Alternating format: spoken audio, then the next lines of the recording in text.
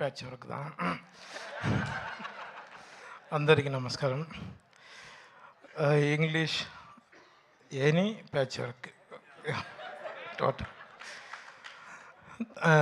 Thank you first producers and directors sir and hero sir, heroine sir, co-artist and great Kinnes sir, Pramanand sir, thank you sir, thank you.